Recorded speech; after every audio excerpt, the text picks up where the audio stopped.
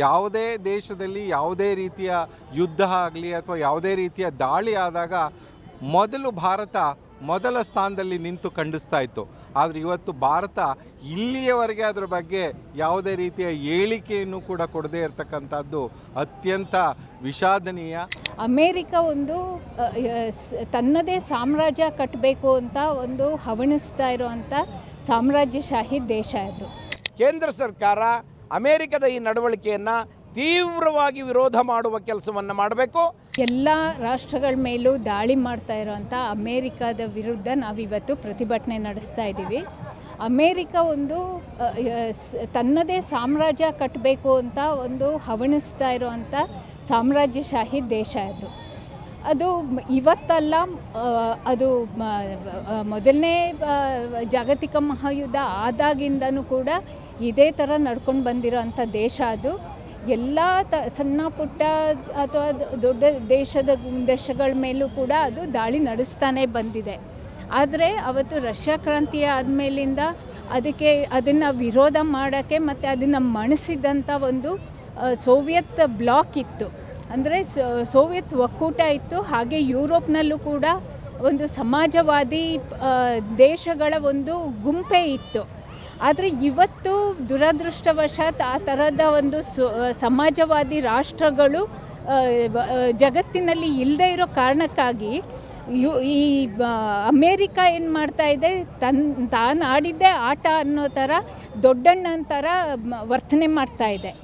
ಹಾಗಾಗಿ ಇವತ್ತು ಅಫ್ಘಾನಿಸ್ತಾನದ ಮೇಲಾಗಲಿ ಅಥವಾ ಇರಾಕ್ ಮೇಲಾಗಲಿ ಅಥವಾ ಕೊಲಂಬಿಯಾ ಮೇಲಾಗಲಿ ಅಥವಾ ಯಾವುದೇ ತನ್ನದೇ ಹತ್ತಿರದಲ್ಲಿರೋವಂಥ ಮೆಕ್ಸಿಕೋ ಮೇಲಾಗಲಿ, ಪ್ರತಿಯೊಂದು ಲಿಬಿಯಾ ಮೇಲಾಗಲಿ, ಎಲ್ಲ ಇಲ್ಲಿ ಪ್ಯಾಲೆಸ್ಟೈನ್ ಮೇಲಾಗಲಿ ಇತ್ತೀಚೆಗೆ ಆಗಿರೋವಂಥದ್ದು, ಅದು ಇಸ್ರೇಲ್ ಮೂಲಕ ಮಾಡಿಸಿದಂಥ ದಾಳಿ, ಪ್ರತಿಯೊಂದು ದೇಶದ ಮೇಲೂ ಕೂಡ, ಅದು ನಮ್ಮ ದೇಶದ ಮೇಲೂ ಕೂಡ ಒಂದು ಪರೋಕ್ಷವಾಗಿ ಅದು ದಾಳಿ ಮಾಡುವಂಥ ಪ್ರಯತ್ನಗಳನ್ನು ಮಾಡ್ತಾ ಇದೆ.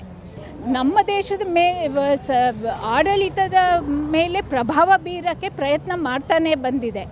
ಹಾಗಾಗಿ ನಾವು ಇವತ್ತು ಏನು ವೆನಿಜುವೆಲಾದ ಅಧ್ಯಕ್ಷರು ಮತ್ತು ಅವರ ಪತ್ನಿಯನ್ನು ರಾತ್ರೋರಾತ್ರಿ ಮಧ್ಯರಾತ್ರಿನಲ್ಲಿ ಹೋಗಿ ಅದು ಅಪಹರಣ ಮಾಡಿ, ಟ್ರಂಪ್ ಅಪಹರಣ ಮಾಡಿ ಅವರನ್ನು ಕರ್ಕೊಂಡು ಹೋಗಿ ಆ ಹೆಣ್ಮಗಳ ಮೇಲೆ ಇವತ್ತು ಒಂದು ಪಿಕ್ಚರ್ ಬಂದಿದೆ ಸಾಮಾಜಿಕ ಮಾಧ್ಯಮದಲ್ಲಿ, ಅದು ಹರಿದಾಡ್ತಾ ಇದೆ.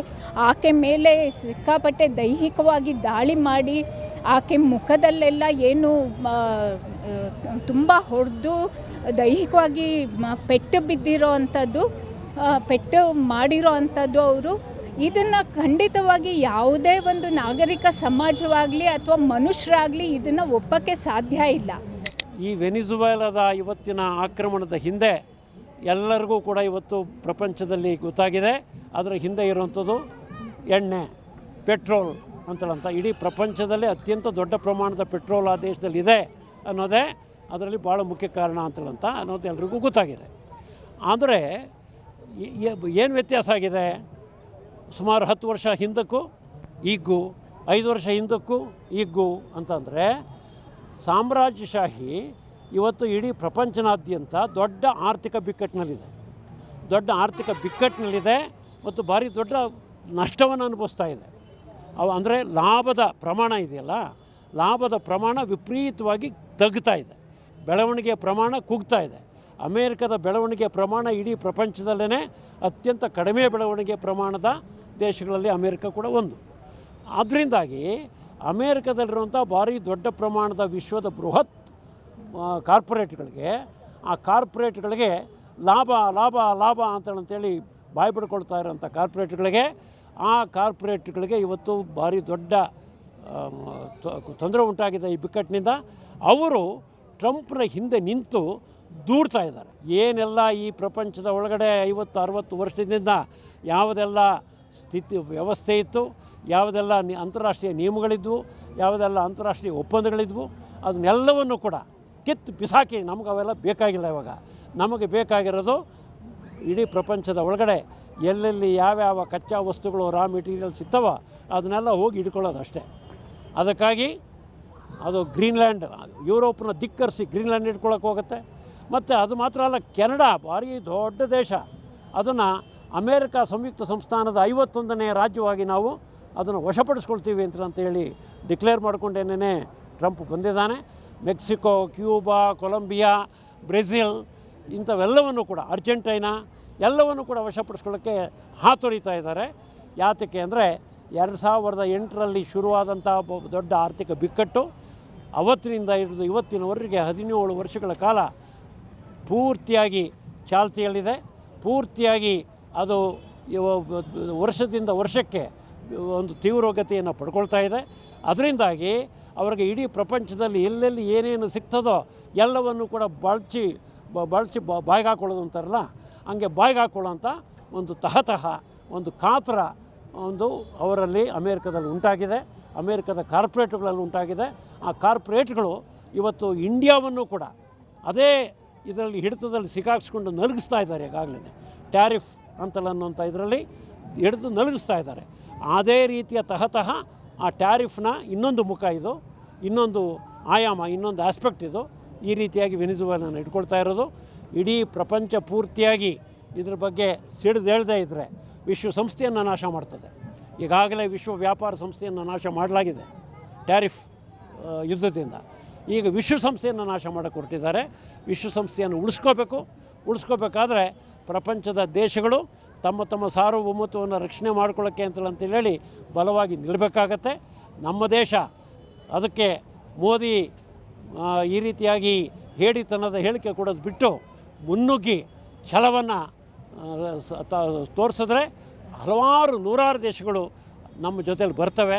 ಮತ್ತು ಹೊಸದಾಗಿ ಒಂದು ಅಲಿಪ್ತ ಚಳುವಳಿ ಹೊಸ ರೂಪವನ್ನು ತಗೊಂಡು ಮುಂದೆ ಬರಬೇಕಾಗತ್ತೆ. ಅದು ಮಾತ್ರವೇ ವಿಶ್ವವನ್ನು ಉಳಿಸಬಲ್ಲದು, ವಿಶ್ವಸಂಸ್ಥೆಯನ್ನು ಉಳಿಸಬಲ್ಲದು, ಮತ್ತು ಅದರ ಜೊತೆಯಲ್ಲಿ ಇಡೀ ಪ್ರಪಂಚದ ಜನಗಳನ್ನು ಉಳಿಸೋದಕ್ಕೆ ಸಾಧ್ಯ ಇರುವಂಥದ್ದು ಅಂತೇಳಿ ಹೇಳೋದಕ್ಕೆ ಬಯಸ್ತೀನಿ. ವಿಶ್ವಸಂಸ್ಥೆ ಇದ್ದರೂ ಕೂಡ ವಿಶ್ವಸಂಸ್ಥೆ ಅಸಹಾಯಕತೆಯಿಂದ ಏನೂ ಮಾಡಲಾಗಿರ್ತಕ್ಕಂಥ, ಈಗ ನೋಡಿ ಆಗಲೇ ಅವರನ್ನು ಅಪಹರಿಸಿ 4 ದಿನಗಳು ಕಳೀತಾ ಬಂದರೂ ಕೂಡ ಇಲ್ಲಿವರೆಗೆ ಅವರ ಬಿಡುಗಡೆಗಾಗಲಿ ಅವರನ್ನು ಒಂದು ಸುರಕ್ಷಿತವಾಗಿ ಮತ್ತೆ ಅವರನ್ನು ಬಿಡುಗಡೆಗೊಳಿಸ್ತಕ್ಕಂಥ ಯಾವ ಲಕ್ಷಣಗಳು ಕೂಡ ಇವತ್ತು ಕಾಣಿಸ್ತಾ ಇಲ್ಲ. ಇದು ಅತ್ಯಂತ ಖಂಡನೀಯ. ಭಾರತ ಮೊದಲಿನಿಂದಲೂ ಕೂಡ ಒಂದು ಶಾಂತಿಪ್ರಿಯ ದೇಶ. ಯಾವಾಗಲೂ ಕೂಡ ನಾವು ಒಂದು ಅಲಿಪ್ತ ನೀತಿಯನ್ನು ಅನುಸರಿಸ್ಕೊತಾ ಬಂದಿದ್ದೀವಿ. ಯಾವುದೇ ದೇಶದಲ್ಲಿ ಯಾವುದೇ ರೀತಿಯ ಯುದ್ಧ ಆಗಲಿ ಅಥವಾ ಯಾವುದೇ ರೀತಿಯ ದಾಳಿ ಆದಾಗ ಭಾರತ ಮೊದಲ ಸ್ಥಾನದಲ್ಲಿ ನಿಂತು ಖಂಡಿಸ್ತಾ ಇತ್ತು. ಆದರೆ ಇವತ್ತು ಭಾರತ ಇಲ್ಲಿಯವರೆಗೆ ಅದರ ಬಗ್ಗೆ ಯಾವುದೇ ರೀತಿಯ ಹೇಳಿಕೆಯನ್ನು ಕೂಡ ಕೊಡದೇ ಇರತಕ್ಕಂಥದ್ದು ಅತ್ಯಂತ ವಿಷಾದನೀಯ. ಸೊ ನಾನಾದರೂ ಒತ್ತಾಯಿಸ್ತೇನೆ, ಭಾರತ ಖಂಡಿತ ಈ ಒಂದು ಟ್ರಂಪ್ ಅವರ ದಾಳಿಯನ್ನು ಖಂಡಿಸಬೇಕಾಗುತ್ತೆ ಮತ್ತು ವಿಶೇಷವಾಗಿ ವೆನೆಜುಲಾದ ಅಧ್ಯಕ್ಷರು ಮತ್ತು ಅವರ ಪತ್ನಿಯನ್ನು ಬಿಡುಗಡೆಗೊಳಿಸಲಿಕ್ಕೆ ಕೂಡಲೇ ಒತ್ತಾಯಿಸಬೇಕಾಗುತ್ತೆ. ಮತ್ತು ಅಮೇರಿಕಾದ ಈ ಸಾಮ್ರಾಜ್ಯಶಾಹಿ ನೀತಿಯನ್ನು ಏನು ಕಟುವಾದ ಮಾತುಗಳಲ್ಲಿ ಟೀಕಿಸಬೇಕು ಅಂತ ನಾನು ಭಾರತ ಸರ್ಕಾರವನ್ನು ಒತ್ತಾಯಿಸ್ತೇನೆ. ಭಾರತ ಸರ್ಕಾರಕ್ಕೆ ಈಗಾಗಲೇ ನಮ್ಮ ಮೋದಿಯವರನ್ನು ಟ್ರಂಪಿನ ಸ್ನೇಹಿತ ಅಂತ ಹೇಳಿ ಪ್ರಪಂಚ ಕೊಂಡಾಡ್ತಾ ಇದೆ.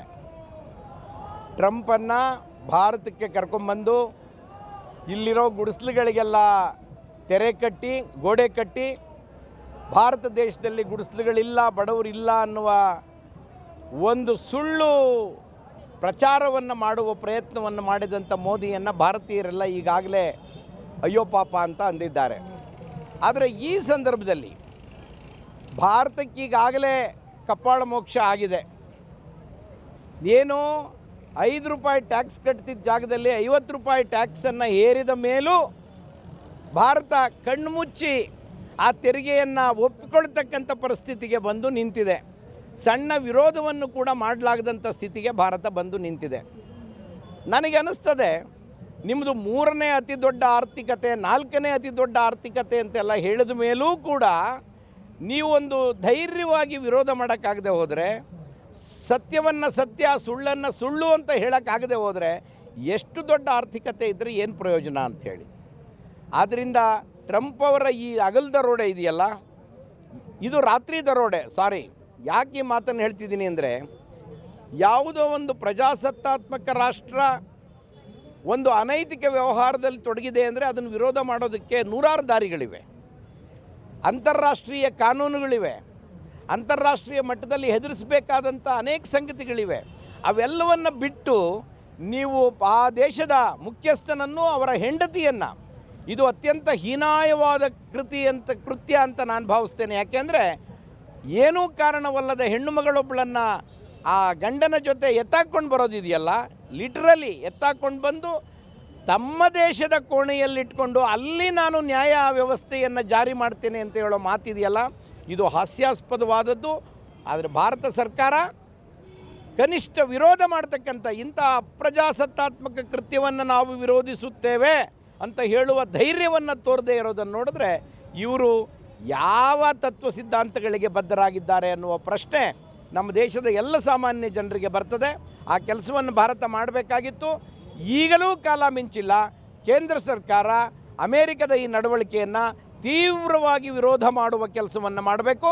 ಹಾಗೆ ವಿರೋಧ ಮಾಡುವ ದೇಶಗಳ ಜೊತೆಗೆ ಸೇರಿ ಪ್ರಪಂಚದಲ್ಲಿ ಅನ್ಯಾಯ ನಡೆಯೋದಕ್ಕೆ ನಾವು ಬಿಡೋದಿಲ್ಲ ಅನ್ನುವ ಮಾತನ್ನು ಆಡಬೇಕು. ಅರ್ಧರಾತ್ರಿ ವೆನಿಜುಲಾ ಮೇಲೆ ದಾಳಿ ಮಾಡಿ ಅಲ್ಲಿದ್ದಂತಹ ಪ್ರೆಸಿಡೆಂಟನ್ನು, ಅವರ ಪತ್ನಿಯನ್ನು ಎಳ್ಕೊಂಡೋಗಿದ್ದಿದೆ ನೋಡಿ. ಅದು ತುಂಬ ಬರ್ಬರ ಕೃತ್ಯ. ಅದು ತುಂಬ ಅನ್ಡೆಮೋಕ್ರೆಟಿಕ್ಕು. ಅಮೆರಿಕ ಆಕ್ರಮಣಕಾರಿ ಗುಣನ ತೋರಿಸ್ತಾ ಇದೆ. ಇದೆಲ್ಲಕ್ಕೂ ಕಾರಣ ಏನಂದರೆ ಅಲ್ಲಿದ್ದಂತಹ ತೈಲ ಸಂಪತ್ತನ್ನು ದೋಚ್ಕೋಬೇಕು ಅನ್ನೋದೇ ಕಾರಣ. 303 ಬಿಲಿಯನ್ ಬ್ಯಾರಿಯರ್ಸು ತೈಲ ನಿಕ್ಷೇಪಗಳು ಅಲ್ಲಿದೆ. ಆ ನಿಕ್ಷೇಪಗಳನ್ನು ಕೊಳ್ಳೆ ಹೊಡೆಯೋಕ್ಕೆ ಇವತ್ತು ಅಮೆರಿಕ ಇಂಥ ಯುದ್ಧನ ಪ್ರಕಟಿಸಿದೆ. ಲಾಸ್ಟ್ ಆಗಸ್ಟಿಂದ ತನ್ನ ಸೈನ್ಯನ ಅಲ್ಲಿ ಮೋಹರಿಸಿದೆ. ಅಷ್ಟೇ ಅಲ್ಲ, ಅಮೆರಿಕ ಮಚಾಡೋ ಹೆಲ್ಪನ್ನು ಕೂಡ ತಗೊಳ್ತಾ ಇದೆ. ಮೊನ್ನೆ ಮಚಾಡೋಗೆ ನೋಬಲ್ ಬಹುಮಾನ ಬಂತು. ಮಚಾಡೋ ಹೇಳ್ತಾರೆ ತನ್ನ ನೋಬಲ್ ಬಹುಮಾನವನ್ನು ಟ್ರಂಪ್ಗೆ ನೀಡ್ತೀನಿ ಅಂತ ಹೇಳ್ತಾರೆ. ಆ ಮೆಚಾಡೋನ ವೆನಿಜುಲಾನಲ್ಲಿ ಅಲ್ಲಿದ್ದಂತಹ ಅಧ್ಯಕ್ಷ ಮದುರೋ ವಿರುದ್ಧ ಒಂದು ಸಂಚು ರೂಪಿಸೋಕ್ಕೆ ಅಲ್ಲಿ ಗೂಢಚಾರಿಯಾಗಿ ನೇಮಕ ಮಾಡ್ತಾರೆ. ಆಕೆನೇ ಅವ್ರ ವಿರುದ್ಧ, ಅಧ್ಯಕ್ಷರ ವಿರುದ್ಧ ಹಲವಾರು ಫಾಲ್ಸ್ ಆರೋಪಗಳನ್ನು, ಫಾಲ್ಸ್ ಪ್ರೊಪಗಂಡಗಳನ್ನ ಮಾಡ್ತಾ ಇದ್ದಾರೆ. ಏಕೆಂದರೆ ಟ್ರಂಪ್ ಹೇಳ್ತಾ ಇದ್ದಾರೆ, ನಾಳೆ ಇವ್ರನ್ನ ಮುಗಿಸಿದ ಮೇಲೆ, ಅಧ್ಯಕ್ಷರನ್ನು ಮುಗಿಸಿದ ಮೇಲೆ ವೆನೆಜುಲಾ ಅಧ್ಯಕ್ಷರನ್ನು ಮಚಾಡೋನ ಅಲ್ಲಿ ಪ್ರೆಸಿಡೆಂಟ್ ಮಾಡಬೇಕನ್ನೋ ಒಂದು ಮಾತನ್ನು ಹೇಳ್ತಾರೆ. ಇದನ್ನು ವಿರೋಧಿಸಿ ಇವತ್ತು ಎಲ್ಲ ದೇಶಗಳಲ್ಲಿ, ಸುಮಾರು ದೇಶಗಳಲ್ಲಿ ಧ್ವನಿ ಎತ್ತಿದ್ದಾರೆ ಜನ. ಮುಖ್ಯವಾಗಿ ರಷ್ಯಾ, ಚೈನಾ ಈ ದೇಶಗಳಲ್ಲಿ, ಅಲ್ಲಿದ್ದಂತಹ ಕ್ಯೂಬಾನಲ್ಲಿ ಪ್ರತಿಭಟನೆಗಳು ನಡೆದಿವೆ.